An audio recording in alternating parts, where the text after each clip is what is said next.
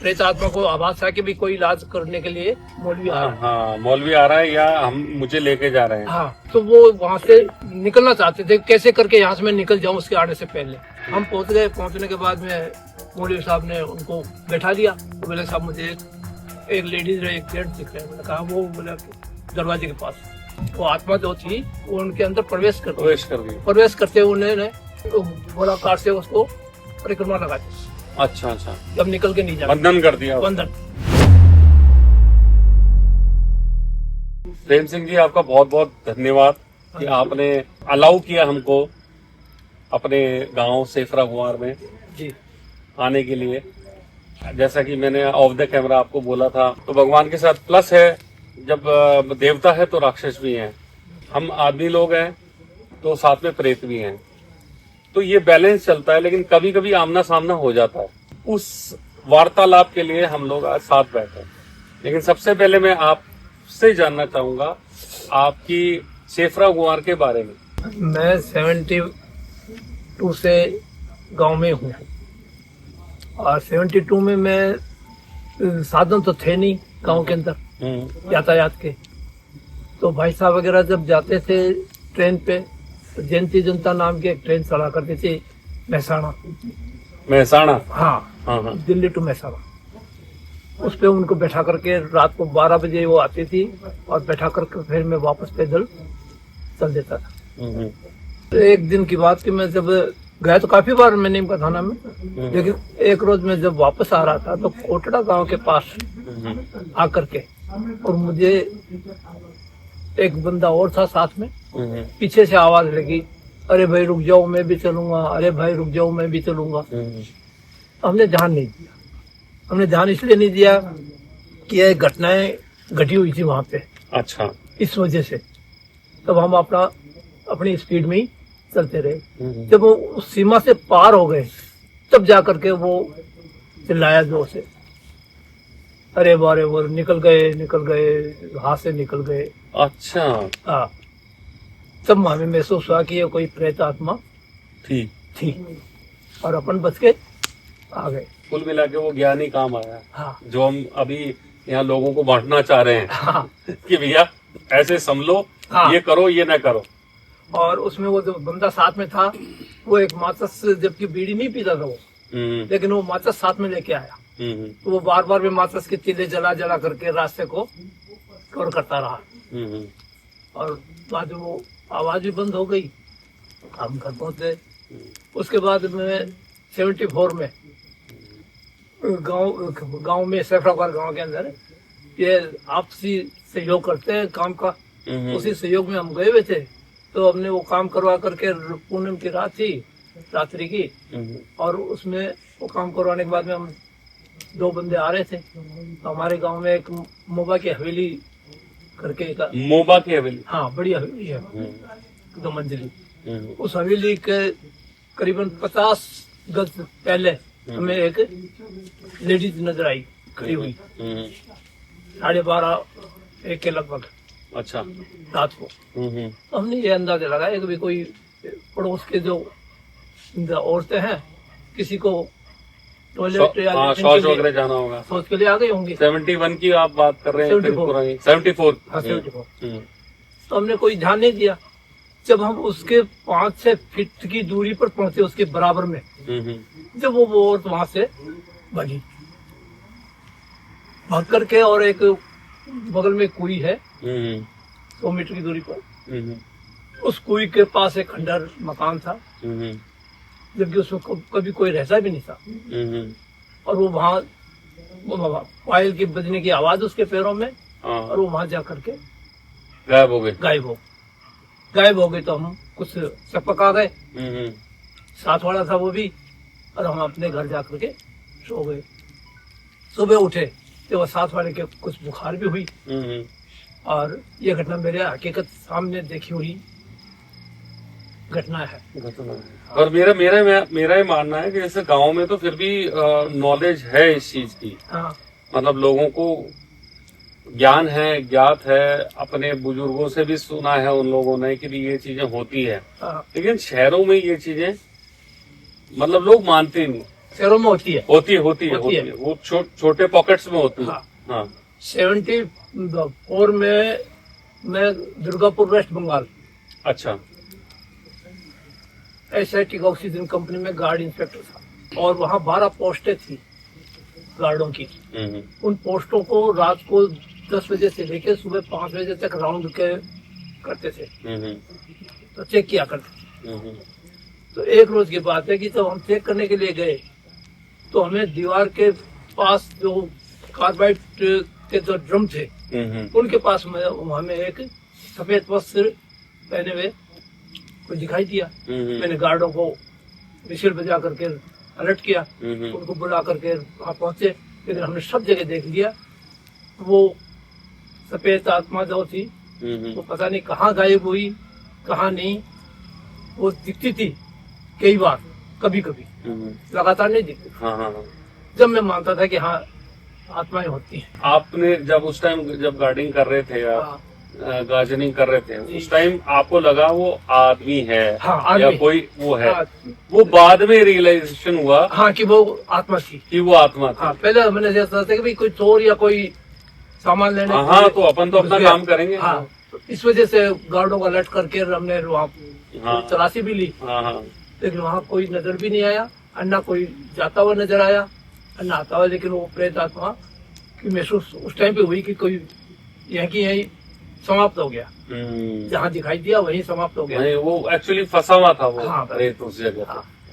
अब ये पहले कोई प्रेत आत्मा खत्म हुई है कि नहीं है ये तो पहले की घटना मुझे नहीं है, लेकिन हमारे इस पॉडकास्ट का मुद्दा ही वो है बेसिकली ये रियलाइजेशन लोगों को करवाना कि ये चीजें पैरेलल रहती हैं हमारे, लेकिन दर्शन उन लोगों को देती हैं जो वो आदमी अकेला होता है या किसी निर्जन जगह पे चला जाए या उनकी जगह में चला जाए। हमारी जगह में नहीं आएगी। हमारे यहाँ तो बालाजी है, हम पूजा करते हैं, सब कुछ है, तो उसमें ये चीजें नहीं आती हैं। मैं मानता हूँ मेरे पॉडकास्ट को इसीलिए पसंद किया जा रहा है, सच्ची चीजें जो सामने हुई है रूबरू, बिल्कुल ये दास्ता है। हाँ उनको अवगत करा रहा हूँ। बिल्कुल ये दास्ता है, हकीकत है इसमें कोई, और ये तो मेरे आंखों देखी बातें हैं। आंखों देखी बात। हमारे पड़ोस में जोसालाल जी सेठ जिन्होंने स्कूल वगैरह भी बनवाई है, उसकी हवेली हमारे पड़ोस में ही है। वहाँ भी मैंने काफी बार, एक बार ही नहीं काफी बार, जैसे कोई डांस हो रहा है, पायलें बजती हैं 12 बजे के बाद, नाचते हैं। वो रात को सोहड़ी के टाइम पे खेलने के लिए जब जाते थे तो अंदर जाकर घुस के देखते तो कोई नहीं। जब जाकर के फिर थोड़ा भयभीत, बच्चे तो थे ही, भयभीत होकर के वापस आ जाते। ये कहानियां नहीं है, ये हकीकत ही है। हकीकत ही कहानियां बनती हैं। और हम लोगों का जो जीवन यापन पहले होता था, पहले मतलब जब हम बिजी नहीं थे मोबाइल में और इस चीजों में, तो पहले इनसे आमना सामना ज्यादा होता था। बिल्कुल होता था। अब जो कि बिजी इतने हो गए, लोग, आबादी बढ़ गई हमारी, बहुत सारी ऐसी चीजें हो गई, मॉडर्नाइजेशन बहुत सारी चीजों में हो गया, हम लोग घर की घर में रहने लग गए, तो कई कारणों के इन चीजों से दूर हो गए हम लोग। सेफरा गुआर गांव में हम बैठे हैं। इस गांव का बड़ा मतलब ऐसा टिपिकल नाम है सेफरा गुआर, शायद ही किसी को मैंने कहीं नहीं सुना। इंडिया में नहीं मिलेगा, इंडिया में नहीं है। बिल्कुल जायज बात। तो वो थोड़ा उस गांव की डिटेल बताइए आप। इस गांव की, अब ये सेफरा गुआर गांव कैसे पड़ा इसका तो मुझे भी नॉलेज नहीं है, लेकिन उससे पहले एक खेतड़ी इतिहास के अंदर वर्णन आया था। हाँ। उस खेतड़ी इतिहास के वर्णन में इस गांव का नहीं, इसके साथ में 2-3 गांव और थे, उनका मिल करके शिवपुर नाम के नाम से नाम था। शिवपुर। अच्छा। और शिवपुर एक सिटी टाइप में माना जाता था उस टाइम। कस्बा बड़ा। और इस गांव से इतना बिजनेस था कि यहाँ से जो सामान नारनौल तक, अच्छा हरियाणा में, अभी जो नारनौल हरियाणा में चला गया, वहाँ सामान यहाँ से जाता था ऊँटों पर। अच्छा। ऊँटों का ही साधन था, उसके अलावा और कोई साधन नहीं था। ऊँटों पर वहाँ से माल यहाँ से जाता था। यहाँ सेठ वगैरह काफी थे। और यहीं पर शिवपुर के अंदर ही एक सुनारी गांव नाम है जो नौरमपुरा पंचायत में पड़ता है आज। और सन 76 में 76 में। 76 में हम्म। पुरातत्व विभाग ने उस धनसोनी का एक महल है, उसकी खुदाई भी की थी। अच्छा अच्छा। उससे पहले की दास्तां उस खेतड़ी इतिहास में मैंने पढ़ी, उसमें यह था कि धनसोनी नाम के एक सुनारी जात की लड़की थी। अच्छा। जाति से सुनार थी हम्म। और वो धनसोनी नाम था उसका, और उसका शरीर इतना गोरा और ताकि उस पानी पीती थी वो भी गले से। मतलब लव स्टोरी है एक ये। हाँ, हाँ हाँ। तो उस वजह से उसका प्रेम एक जोधपुरा गांव है, हम्म। काटली नदी के नाम से थी, और काटली नदी 24 घंटे बहती थी, हम्म। और उस नदी के परले किनारे जोधपुरा है और इस किनारे सुनारी है। हम्म। तो वो धनसोमणी का और रणमल साय के लड़के का आपसी प्रेम हो गया था, हम्म। और प्रेम भी इतना घनिष्ठ हो गया था कि वो अपने आप में किसी के लिए भी जान देने को भी उतारू हो जाते थे। तो वो एक 6 घड़ों की नाव अच्छा। बना करके और डेली उससे मिलने के लिए जाती थी दूसरे किनारे, एक किनारे से दूसरे किनारे। अब ये समाज को, कुछ लोगों को पसंद नहीं आया। पहले तो बहुत बहुत होता था, जात पात और जात पात का बहुत होता था। तो उन्होंने विरोध किया। विरोध करने के ऊपर राष्ट्रीय डिसीजन लिया गया कि इसको मार दो। बोले ऐसे तो मारा नहीं जाएगा, तो बोले इसके साथ में धोखा। Okay okay, natural death type. हाँ, ऐसा कर दो। तो बोले उसके लिए क्या करें, बोले कि ऐसा करो, कुम्हार को कहो कि कच्चे घड़े रंग पेंट करके और दे दे। अच्छा। तो वो कच्चे घड़े देने के बाद में उसकी नाव रस्सियों से बांध करके तैयार करके वहां रख दी, और उसको पक्के घड़ों की नाव को हटा दिया। अब वो प्रेम के वसीयत दिल्ली जाना था, उसने ये भी ध्यान नहीं दिया कि हकीकत में कच्चे घड़े हैं क्या, क्योंकि दिखने में कच्चे घड़े दिखते नहीं थे, रंग पेंट उसका किया हुआ था। उसने वो पानी में नाव रखी और घड़ों के ऊपर बैठ करके अपना रवाना हुई।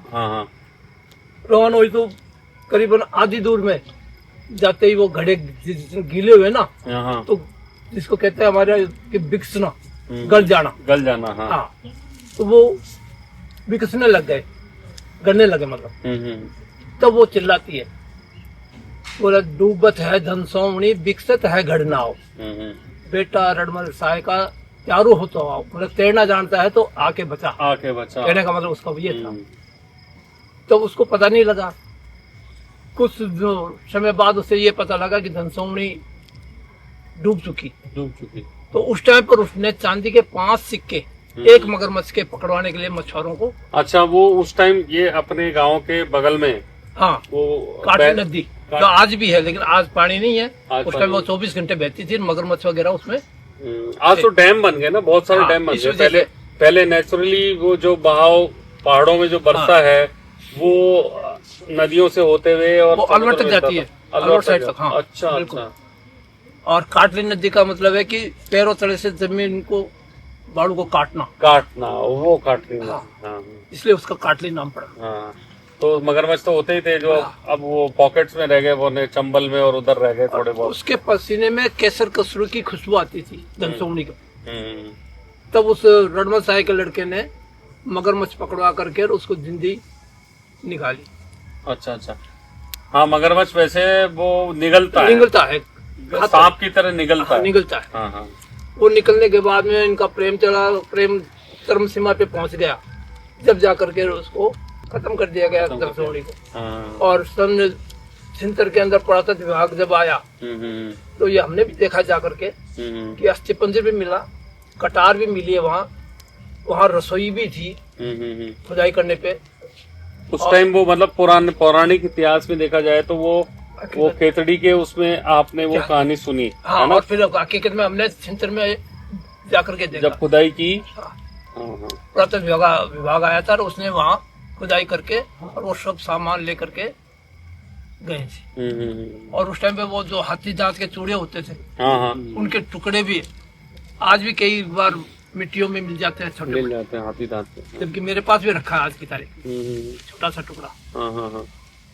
तो वो अब तो प्लास्टिक के बनने लग गए वो सारे। अब तो ये हाथी नहीं रहता, हाथी के दांत कहाँ से आएंगे।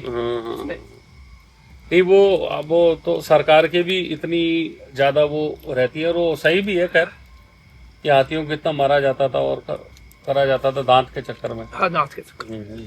बाकी ये आत्माएं है, मैंने काफी मेरा संघर्ष हुआ इनके साथ में एक तरह का, कि भाई किसी प्रकार का इलाज करवाना। हाँ, मैंने ये भी सुना, मैं वो बात कहने वाला था जो आप बोल रहे हो। हाँ, क्योंकि आप इस गांव में एक तरह से सिपह सालार थे। हाँ, कि किसी को कोई प्रॉब्लम हुई है, हाँ, तो उसका समाधान, हाँ समाधान उसके कुछ किस्से हो तो बताओ। उस समाधान के अंदर दुखी भी रहे और काम भी करवाया, और वो समाधान होने के बाद में वो तंदुरुस्त भी रहे जब तक जिए सारी जिंदगी। मेरे खुद के जीजा जी जिनका नारायण सिंह नाम था, तो उनकी शादी 73 में हुई थी। अच्छा। उस टाइम पर हमने तो सुना तो नहीं था कि बारात आई थी, तो सुना नहीं। फिर वो भूजल विभाग में सर्विस करते थे। अच्छा, अंडरग्राउंड। हाँ, राशन भूजल विभाग में। हाँ, हाँ। वहां से जब वो छुट्टी आए तो गांव आए, तो उन्होंने उनका एक, वैसे किसी को गाली गलौज नहीं निकालते थे, कुछ नहीं करते, केवल उनका यही भेव था कि भाई अलख निरंजन, अलख निरंजन। अच्छा, वो शुरू से ही थे वो। हाँ, धूप बत्ती जला करके। तो हमने सोचा ये कहीं अलख निरंजन करके कोई ये साधु बनना चाहते हैं। अच्छा, ये विचार आया काफी दिन। तो शादी के बाद आया ये? हाँ, शादी के बाद की बात है। अच्छा। जब जाकर के, और रात को जनवरी के महीने में, जबकि आप और हम ठंडे पानी को हाथ लगाना दुर्लभ है, लेकिन वो छत पे या खुले में घड़े रख करके, और उसके बाद उस घड़ों से सुबह 4 बजे नहा लेना। यहाँ तो ये मतलब वेस्टर्न राजस्थान में तो -5 -6 तब तो और जाता होगा। अभी लेकिन उनका कुछ नहीं होता था। और फिर वो अगरबत्ती जला करके वो अलग जगाते थे, अलग जगाते। तब हमें कुछ शंका हुई कि हो क्यों रहा है। जब जाकर मैंने एक फतेहपुर में मौलवी साहब थे, मैं वहाँ गया। ये बात है 76 की। अच्छा। 76 में मैं वहाँ गया। उस टाइम पे काटली नदी भी आया करती थी। काटली नदी? हाँ, काटली नदी। काटली नदी। हाँ। तो ग्वाला के पास में हम वापस फतेहपुर से वापस आए ना, तो ग्वाला पहुंचे, जब तक वहाँ का यातायात अवरुद्ध हो गया था नदी आने से। तो पूरी रात हमको ग्वाला में ही रुकना पड़ा। सुबह जब हम यहाँ आए, उससे पहले हमारे जीजा जी को आभास हो गया कि भी कोई ना कोई तेरे लिए, प्रेत आत्मा को आभास था कि भी कोई इलाज करने के लिए मौलवी आ रहा है। हाँ, मौलवी आ रहा है या हम मुझे लेके जा रहे हैं। हाँ, तो वो वहां से निकलना चाहते थे, कैसे करके यहाँ से मैं निकल जाऊं उसके आने से पहले। तो उन्होंने काफी कोशिश की, लेकिन परिवार वालों ने उनको रोक लिया। हम पहुंच गए। पहुंचने के बाद में मौलवी साहब ने उनको बैठा लिया। बैठा करके कुछ अपने तांत्रिक विद्या के मुताबिक उनसे पूछा, तो बोले साहब मुझे एक लेडीज और एक जेंट्स दिख रहे हैं। मैंने कहा वो, बोला कि दरवाजे के पास। अच्छा। तो बोले वो दरवाजे के पास है, तो उनको बुला। बोले नहीं आते। बोले आएंगे, बोले नहीं आते, मना कर रहे हैं, मेरे को बुला रहे हैं। तो उन्होंने कहा कि ऐसा करो, ये ऐसे नहीं आएंगे, आप एक इत्र लाओ। तो मेरे पास कोई कांता सेंट था, वेस्ट बंगाल का लाया हुआ। वो सेंट दिखाया, तो बोले नहीं, इससे नहीं काम चलेगा, कानों में लगाने वाला इत्र होता है ना, वो लाओ। अच्छा, रुई में जो पहले लगाते थे। रुई में लगा करके। तो वो इत्र भी हमारे आसपास में किसी के पास मिलता नहीं था। गोकुल जी सेन थे नाई, वो शौकीन थे अपने जमाने के। तो उनसे पूछा गया, तो उन्होंने वो इत्र की शीशी मुझे दी। वो लेकर के मैं आया, लेकर के वो दोनों खोए उनके कानों में लगा करके यहाँ और दबा दिए। दबाने के बाद में वो उसने अपना मंत्र का उच्चारण जो भी किया, और वो उनके अंदर प्रवेश कर गया। अच्छा। वो आत्मा जो थी वो उनके अंदर प्रवेश कर गई। प्रवेश करते हुए उन्होंने गोलाकार से उसको परिक्रमा लगा दी। अच्छा अच्छा, कि अब निकल के नहीं जाए। बंधन कर दिया। बंधन, प्रेत बंधन। हाँ, बांध दिया। फिर मेरे को कहते कि अब आप छोड़ दो, अब दूर हट जाओ। उसने बोल कौन है, काफी देर तक तो रोना करना किया, घुटन सी महसूस हुई। फिर उसने बोले मैं चला जाऊंगा। नहीं जाएगा नहीं, पहले ये पता है कौन। तब उसने बताया कि मैं जाति का राणा हूँ, और इनकी शादी के टाइम पर मैं ट्रैक्टर के टायर के नीचे आ गया था, और वहाँ मेरी अकाल मृत्यु हुई थी। अच्छा, बारात के किसी ट्रैक्टर के? वही प्रति भोज में वैसे आते हैं ना। हाँ। हाँ वो मेड़ वगैरह में, हाँ हाँ हाँ, मेल वगैरह में कोई जिमने के लिए जैसे जीने के लिए ट्रैक्टर, पड़ जाता। हाँ तो वो ट्रैक्टर के साथ आया था और वो अचानक ढाल होने से वो गलती से नीचे आ गया, उसकी मृत्यु हो गई। अकाल मृत्यु होने से उसकी प्रेत आत्मा भटकती रही और वो भटकती हुई इनके अंदर उन्होंने असर किया उस आत्मा ने। बोले जब से मैं इनके साथ जाएगा बोले चला जाऊंगा, लेके जाऊंगा इनको। ओहो। बोले ले जाने नहीं दूंगा तेरे को। अब मैं आ गया बोला, तो काफी देर तो उनकी बहस हुई, तू क्या कर लेगा, क्या रोक लेगा। फिर बाद में उन्होंने उसको एक दीपक के अंदर जलाना शुरू कर दिया मौलवी साहब ने। अच्छा, किस तरह से? वो कार लगा के जब जीजा जी बैठे थे, मैं यहाँ बगल में वैसे बैठा हुआ था, दीपक जल रहा था। तो बोले आप इधर देखो। देखा, बोले क्या है, बोले दीपक जल रहा है। बोले हाँ, और क्या जल रहा है? बोले इसमें तो वो मेरे को बुला रहा है, वो आदमी जल रहा है। कैसे जल गया? बोले उसके पैरों में आग लग गई। अच्छा, उसके पैरों में आग लग गई, उसको छोड़ दो। अब बोले घुटनों तक आग लग गई। ऐसे धीरे धीरे जब जैसे जैसे उसने अपना जो कुरान के जो मंत्र थे वो पढ़ करके जब सर तक वो जल चुका, जब उस दीपक को बोला अब पूरा जल गया, मुझे नहीं दिखता, तब एंड टू एंड उस दीपक को एक छोटे घड़े के अंदर कलश में डाल करके और ऊपर उसको आटे की खाम लगा करके और बंद करवा दिया। उसको कहा कि इसको कांकड़ के बाहर लगा दिया। वो दिन है, रात का दिन है। वो अब तो उनको 100 वर्ष पहुंच गए, लेकिन उनको कभी भी किसी प्रकार की परेशानी जिंदगी में ही नहीं हुई। तब मैं मानता हूँ कि ये आत्माएं होती हैं, प्रेत आत्माएं है। इस नहीं, ये तो हम तो इसी तरह के एक्सपीरियंसेस तो शेयर कर रहे हैं बेसिकली लोगों से। ये मेरी हकीकत की बात है। मेरे सामने के मेरे इलाज करवाया हुआ है। और गांव में ऐसे और भी कुछ किस्से हुए हो जब आपने किसी की मदद की हो? ये तो चलो अपने घर की बात है, तो और भी कुछ ऐसा हुआ हो? गांव में भी 2 इलाज मैंने करवाए हमारे राजपूतों में। तो उसमें एक राजपूतों का लड़का था, वैसे वो मेरा साडू लगता था, लेकिन वो भी अकाल मृत्यु से ही खत्म हुआ था। उसने भी एक तो चित्र सिंह करके था, उसके ऊपर हावी हो गया। अच्छा। और हावी होने के बाद में वो विकराल रूप लेने लग गया, घर वालों के खिलाफ और मोहल्ले के खिलाफ। घर वाले दुखी हो गए। तभी मैंने मौलवी को ला करके उसका इलाज करवाया। इलाज करवाने के बाद वो आर्मी में भर्ती भी हुआ, पूरी सर्विस भी की और अच्छा। आज दुनिया भी नहीं है। वो तो अपने नेचुरल डेथ हुई होगी उनकी। हाँ, नेचुरल डेथ। मतलब कितनी वैसे बड़ी बात है ये कि हमारे सनातन संस्कृति में हम लोग इसको इतना नगण्य मानते हैं या ये बात कहने से डरते हैं। आज आपने एक्सेप्ट किया। बिल्कुल मैं मानता हूँ। हाँ हाँ, और सत्य है। हाँ हाँ, इसमें कोई दो राय नहीं है। और ये जो इस प्रेत आत्मा को जो नहीं मान रहे हैं वो भी एक, मैं तो मूर्ख सा समझता हूँ, क्योंकि उनके साथ में घटना नहीं घटी होगी, लेकिन ये हकीकत। ये हमारे पॉडकास्ट में सबसे ज्यादा प्रॉब्लम ही ये है कि लोग तुरंत कमेंट कर देते हैं कि कुछ नहीं होता, ऐसा है, ये सब बकवास है, ये बंद करो, ये करो, झूठ मत फैलाओ। जबकि मैं तो रियल आदमी के साथ बैठा हूँ जो अपनी रियल कहानी बता रहा है। मैं जयपुर के अंदर एक कैंटीन के अंदर सेट था, 20 राज राइफल, 20 राज राइफल। अच्छा, आर्मी में? आर्मी में। हाँ। तो भाई साहब ने समाचार किया कि भाई वो काफी दुखी है और उनके अब पागलपन का दौरा है, क्या है, कैसे करके उनका इलाज करवाना है। तब मैं मौलवी को लेकर के वहाँ जयपुर पहुंचा। जयपुर पहुंचा तो वो लेडीज कम से कम ये होगी तो 52-53 साल की उम्र थी उस टाइम। हाँ, उस टाइम। तो उसका उन्होंने इलाज के लिए उसका इलाज किया। तो उस औरत के नाम मुंह से 3 प्रेत आत्माओं के नाम बुलवाए।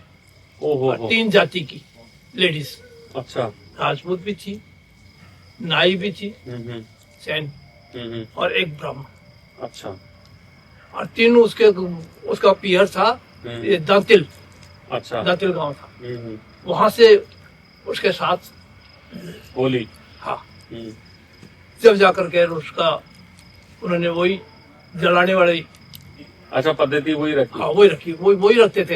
हम्म, और फिर वही कलश में बंद करके, और उस कलश को मैं उस टाइम पे जयपुर में तो कहीं गाड़ नहीं सका। हाँ हाँ वो लोग गए डर कि भाई हम तो या तो मौलवी साहब आप ले जाओ, हाँ, या ये भाई साहब जाड़। मतलब एक तरह से मैं भी- आपने, हाँ, हाँ। आपने जो कर्म किए हैं हाँ, वो अच्छाई के लिए किए। अच्छाई के लिए। अच्छाई वो बहुत बड़ी बात है ये, इतना बड़ा रिस्क लेना जिसमें लोग पहली बात तो विश्वास करते हैं और नहीं भी करते, दोनों बात है, और आप उसमें मदद कर रहे हो लोगों की। बिल्कुल मदद के लिए गया यार, करवाया। फिर वो कलश भी मैं लेके आया, हाँ और उस कलश को ला करके मेरे नीम का थाना जो आज के तारीख में कृषि मंडी है, हाँ हाँ, उस जगह ले जा करके मैंने अकेले में लेटरिन जाने के बहाने हाँ हाँ, उसको गाड़ करके भी आया। हाँ। और उसके बाद में मुझे हमेशा से यही समाचार मिला, आज तक भी वो परिवार सकुशल और सकुशल है। तब मैं मानता हूँ कि ये घटनाएं सत्य है, सत्य है। असत्य नहीं। हाँ। अब ये बताओ, जो लोग जा रहे हैं, जो हमारे बीच में से निकल गए, मतलब वो ट्रैक्टर वाला भी आके मरा लेकिन प्रेत बन गया, हाँ, है ना, हाँ, तो पितरों में भी विश्वास करते हो आप, आप इसमें करता हूँ। है ना, हाँ, तो वो प्रेत बन गए तो पितर क्यों नहीं बने? इसका थोड़ा सा डिटेल में आपसे जानना चाहूंगा।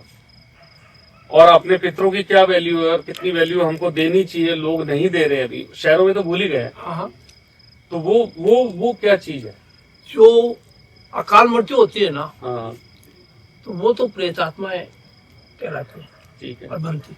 हम्म, और जो नेचुरली कम उम्र में हम्म, बीमारी से समझो या किसी कारणवश खत्म होते हैं ना, हम्म, वो पितर आत्मा होती है। ठीक है। जबकि आज मेरे पास भी पितर आत्मा के पितरों का हाँ, आपने फूल भी है। धारण कर रखा है वो। नहीं, फूल है मेरे पास, हाँ हाँ, और रावणी वगैरह पहनता हूँ, ये फूल है। हम्म, और आज भी मानता हूँ, और कोई भी तरह का संकेत मुझे पहले आभास हो जाता है कि ये घटना घट सकती है, सचेत हो जाता है।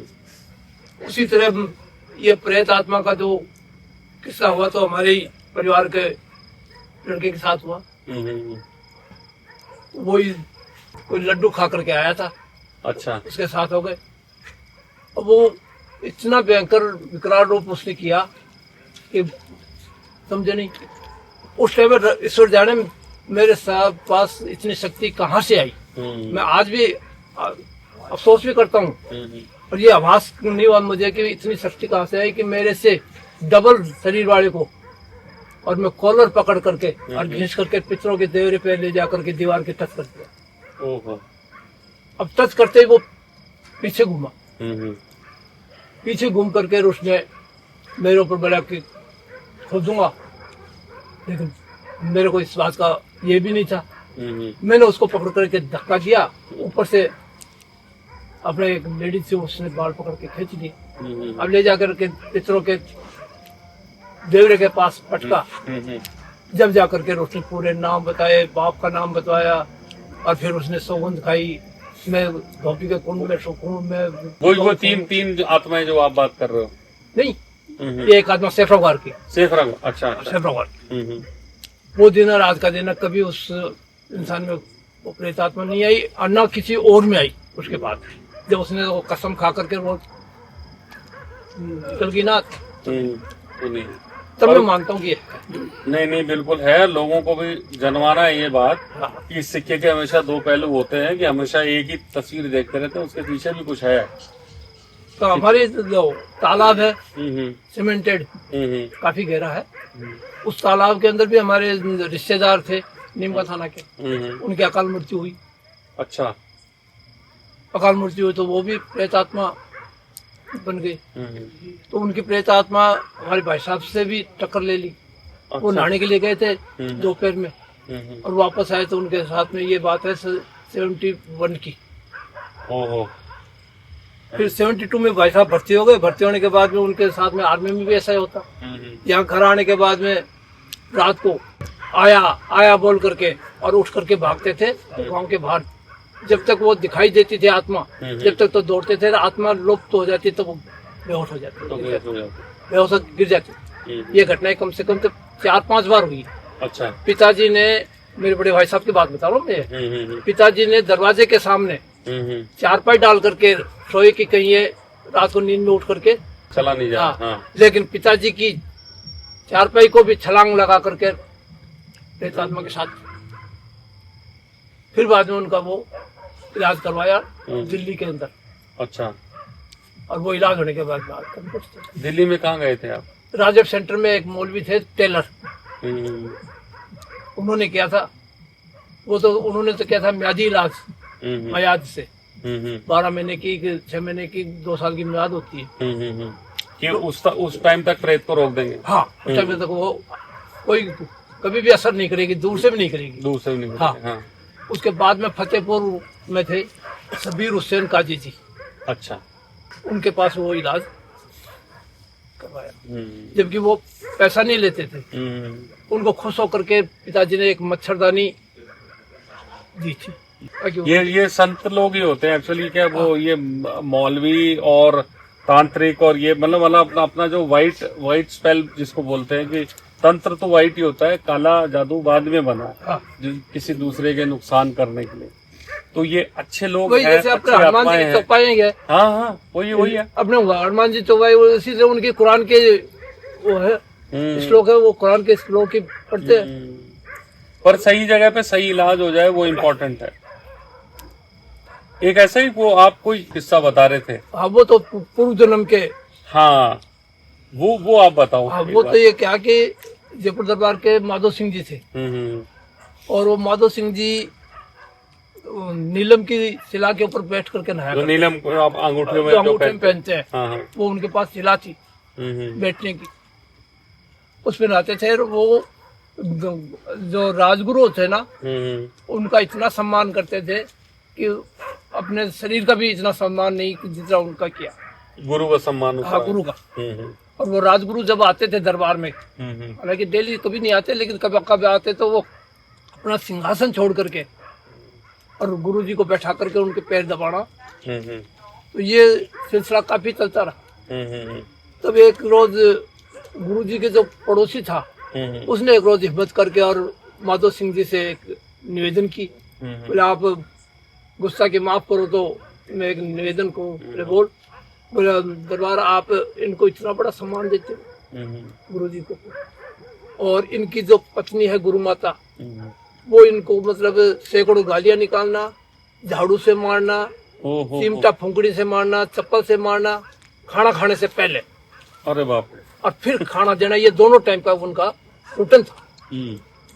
तो ऐसा तो नहीं हो सकता। जब इतने प्रकांड विद्वान गुरुदेव है, राजगुरु हैं, और उनकी गुरु माता ऐसी स्वभाव की हो, ये मेरे तो जस्ती नहीं है। तो दरबार आप चल के देख लो। तब माधो सिंह जी ने भैंस बदल करके उस पड़ोसी के घर जा करके और देखा, तो हकीकत में जो बात उसने बताई वो सत्य थी। जब वो पाठ पूजा करके और अपना आसन बिछा करके गिलास रख करके बैठ जाते थे, भगवान भोजन ले आओ। जब वो पहले रसोई से या तो बेलन फेंकना या फुकनी, चिमटा या झाड़ू, चप्पल ये मारना, गालियां निकाल करके फिर बाद में थाली को लाके उनके सामने पटक देना। ओहो।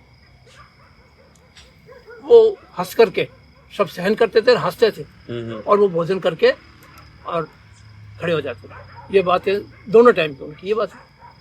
अब माधो सिंह जी को इस बात का बड़ा दुख हुआ।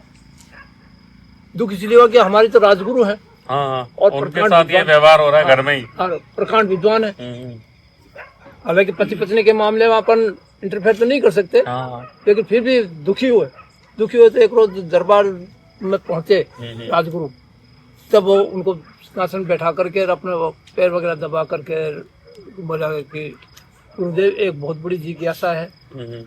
बोल राजन, बोले आप इतने प्रकांड विद्वान हैं, शास्त्र के ज्ञाता हैं, और गुरु माता आपके साथ ऐसा क्रूर व्यवहार क्यों करती? जबकि कोई पत्नी शाहिद जी इस तरह का तो अभी ये तो उस जमाने में, हाँ उस जमाने में आज तो फिर भी ऐसा होता है, फिर उस जमाने में ऐसा नहीं था। पति परमेश्वर कहलाता था, फिर भी आपके साथ ऐसा हो रहा तो मुझे बड़ा दुख है। तो बोले राजन, ये तो पूर्व जन्मों के कर्मों के भोग हैं, भोगने पड़ेंगे। बोले नहीं गुरुदेव, जब आप इसकी दास्तान मुझे बताओ कि क्या कारण है। बोले मत पूछ, वरना पूछूं। तो बोले पिछले कर्म में कहा यह है कि ये तो थी गऊ, अच्छा गाय थी। हाँ, ये तो थी गाय और मैं कौवा था। अच्छा, पिछले जन्म में ये योनि थी हमारी। हाँ हाँ। और इस गाय के कुछ घाव हो गया, उठे पे। चोट लग गई कोई पीठ पे। हाँ हाँ। हाँ। तो मेरी आदत है कि कोई भी घाव वगैरह कुर्चना चोंच से, जो उसका कौवे का व्यवहार है वो कर रहा था। हाँ। तो मैं उसका जो मांस या खून कुछ भी मैं पीता था। वो कुछ करते तो मैं उठ जाता, फिर वापस आके बैठ जाता। गाय को उतनी परेशानियां दी। हाँ। वो करने के कारण आज वो पत्नी है, मैं पति हूँ। लेकिन जितना खून मैंने इसका पिया है उतना खून अगर ये मेरा नहीं जला देगी जब तक इसको सद्बुद्धि नहीं आई। तो बोले साहब ये बात है, तब तो मैं तो काफी गहन चिंता में हूँ। तो बोले कि आप ऐसा करो कि उपाय बताओ। कहावत है ना, बोले राज हट बाल हट त्रिया हट। ये आज भी संसार में राज हट बाल हट और त्रिया हट। हाँ। राजा अगर किसी प्रकार का हट कर लेगा तो वो उसको पूर्ण करेगा, चाहे उसकी सरकलम हो जाए। और बच्चा अगर किसी चीज की जिद कर लेगा तो उसको जब तक नहीं दोगे जब तक वो कभी भी शांत नहीं रहेगा। और उसके आगे झुकना पड़ता है। और चिड़िया जो हट कर लेगी वो अपना पूर्ण करके ही मानेगी। तो वो पुराने जमाने की एक है कि राज हट बाल हट त्रिया हट। तो ये राजा का हट था। बोला गुरुदेव इसका उपाय बताओ। अनजल नहीं करूंगा मैं। तब जाकर के उन्होंने कहा कि राजन ऐसा कर, गुप्त रूप से राजवेद को बुलाओ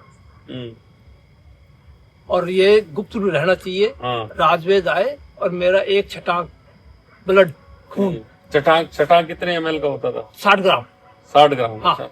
ml में 50 ml 60 ml। हाँ, 50-60 ग्राम का एक छटाक होता था पहले। और पहले छटाक ही बोलते थे, ग्राम तो बाद में चले थे। तो वो निकलवाओ और वो निकलवा करके और गूंद के लड्डू बनाओ। अच्छा। और गूंद के लड्डू में वो मिश्रण कर दो। अच्छा, वो ब्लड 50 ग्राम खून लेके हाँ लड्डुओं में मिला लो। और मिला करके गुप्त रूप से गुरु माता को भेज दो नाश्ते के लिए। कलेवा जो बोलते हैं। कलेवा, अपने राजस्थान में कलेवा बोलते हैं। तो सब माधो सिंह जी तो उससे दुखी तो थे ही। उन्होंने वही किया जो गुरुदेव ने बताया। और उन्होंने एक पीपा पूरा लड्डुओं का बना करके और राजमाता गुरु माता को भिजवा दिया। साहब राजा साहब ने भेजा है नाश्ते के लिए। अब गुरु माता डेली का एक लड्डू सुबह सुबह अपना खाने लग गई। बड़ी खुश थी। जिस दिन वो लड्डू खत्म हुए उसके दूसरे दिन जब माधो सिंह जी ने जाकर के देखा तो वही पत्नी आसन भी बिछा रही है, पानी का लोटा भी रख रही है और भोजन ला करके रखा, उनका पंखा हिला रही है और भोजन बगल में बैठ कर करवा रही है। वो प्रारब्ध तो पूरा हो गया, मतलब हाँ, प्रारब्ध सद्बुद्धि पूरा हो गया। तो ये चीज है, ये पुरानी चीजें ही हैं। हाँ। तो जो मतलब हम लोग भूल रहे हैं, कहानियों के माध्यम से जितना हम सीख सके बिल्कुल वो बेहतर है। तो ये तो हकीकत है कि पुरानी जो कर्म है ना, कर्म प्रधान है। हाँ, कर्म प्रधान। और कर्म अनुसार इंसान को भोगना भी पड़ता है। और कोई कहानी है या कोई ऐसा किस्सा आपको याद आ रहा हो आसपास के गांव का, या कहीं भी जहां आप काम करते हो? आसपास के गांव का तो मैं ये इलाज के मामले में हल्डिया गांव गया था। हल्डिया कोई प्रेत आत्मा से दुखी था राजपूतों की। तो उन्होंने मुझे रिक्वेस्ट किया कि भी कोई इलाज के लिए मौलवी वगैरह आपके ध्यान में हो तो मैं फतेहपुर से वो मौलवी साहब को मैंने बुलवाया, जाके लेके आया उनको। लेकर के उनको हल्डिया ले गया। तो रास्ते में वो उन्होंने मुझे ये कहा कि आप काफी इलाज कराते हो, लोगों का भला करते हो, कभी ऐसा ना हो कि किसी प्रेत आत्मा, जिसको वो उर्दू भाषा में चेड़ा भी बोलते हैं। चेड़ा? हाँ, चेड़ा। अच्छा। वो आपको कहीं कष्ट पहुंचा दे तो बोले आप भी एक ताबीज वगैरह बांध लो। अच्छा। मैंने कहा कि मेरे को तो ऐसा कभी महसूस हुआ नहीं है और जरूरत भी नहीं है। तो बोले वो आपकी मर्जी। तो मैंने उनका वहाँ इलाज करवा करके और उनको बम्बई के लिए रवाना करवा दिया। 7:30 के लगभग टाइम हो गया, अंधेरा हो गया था। साइकिल थी मेरे पास, साइकिल लेकर के मैं आने लगा। उन्होंने रोका भी मेरे को, हड़िया वालों ने, कि इसको भी चलेगा, मैंने में जाऊँ तो काफी। मैं साइकिल लेकर के वापस आया तो हड़िया से निकलने के बाद दक्षिण साइड में बाहर निकलने के बाद में एक जोड़ी आती है, अच्छा। बरगद का पेड़ और जोड़ी। वहां आते मेरे एक अचानक ऐसे कोई तूफान की तरह झटका लगा। अच्छा। चलाते चलाते ही। और वैसे तो साइकिल से इंसान गिरता है तो साइड में वैसे गिरता है, लेकिन मैं सीट पर से, हैंडल से ऊपर से अगले टायर के, साइकिल के सामने ही कोई आ गया हो। हाँ। और साइकिल से पूरा ऐसे गए हो। ऐसा गया। जैसे आज की डेट में हाँ। तेज बाइक से अगर चल रहे हो तो यूं सामने गिरता है। हाँ। और तेज भी नहीं थी क्योंकि रोड थी नहीं। हाँ। कच्चे रास्ते की बात ही है। हाँ। गिरते मेरे कोहनी में यहाँ चोट लग गई, मामूली से, ज्यादा नहीं, रगड़त सी। और फिर मैं वापस से बैठ के साइकिल पर चल दिया। मुझे ये आभास नहीं था कि भी कोई प्रेत आत्मा भी ऐसा कर सकती है। लेकिन मेरे ये झटका लगा। घर आ गया। घर आकर के दूसरे दिन सुबह उनके पास में वापस गया। तो उन्होंने मुझे कहा कि ये कैसे लग गई। वो साइकिल का बैलेंस बिगड़ने से गिर गया। बोले नहीं, मैंने तेरे को कहा था ना, प्रेत आत्मा या चेड़ा नुकसान पहुंचा सकती है। उन्होंने पहले कहा था कि किसी प्रकार का इलाज करवा करके ताबीज बनवा लो। हाँ, पर मैंने मना कर दिया था। और आते टाइम मेरे साथ में ये घटना घटी।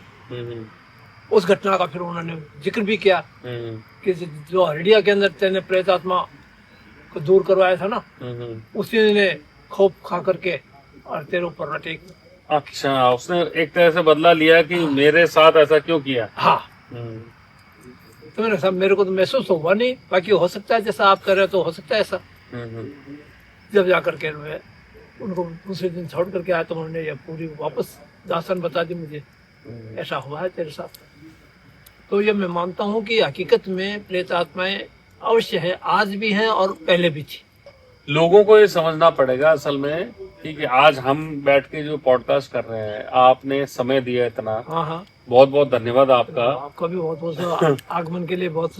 हाँ, कि मेरे लिए, क्योंकि इस मुद्दे पे बात करना एक बहुत ही एक ऐसा ज्वलनशील मुद्दा है। मतलब हम आग के सामने अग्नि को साक्षी मान के ये बात कर रहे हैं। बालाजी हमारे साथ हैं और ये सत्य घटनाएं हैं, ये सत्य घटनाएं हैं। और उसमें अपने जीवन की उस एक्सपीरियंस को शेयर करने के लिए भी बहुत कलेजा चाहिए एक तरह से। और हम लोगों को सचेत कर रहे हैं कि भैया ये है। हाँ, है साहब। हाँ, उनको उसको ऐसे डर के रूप में मत लो, पर वो है, बिल्कुल है। आत्माएं हैं अवश्य, आज भी हैं, पहले भी थी। सेफरा गुआर में आके मेरे को सच में इतना अच्छा लगा। मुझे लग रहा है कि एक बार मैं आपके पास अगर समय हो, पधारो स्टूडियो, और स्टूडियो में भी हम एक बड़ा पॉडकास्ट करें। बिल्कुल। क्योंकि क्या होता है कि पहली बार जब हम एक आम आदमी के सामने जाते हैं, चाहे हमारा जानकारी हो, तो एक कैमरा फोबिया भी होता है, हमें कैमरे से एक डर लगता है। तो हम वो बातें उस तरीके से नहीं कह पाते।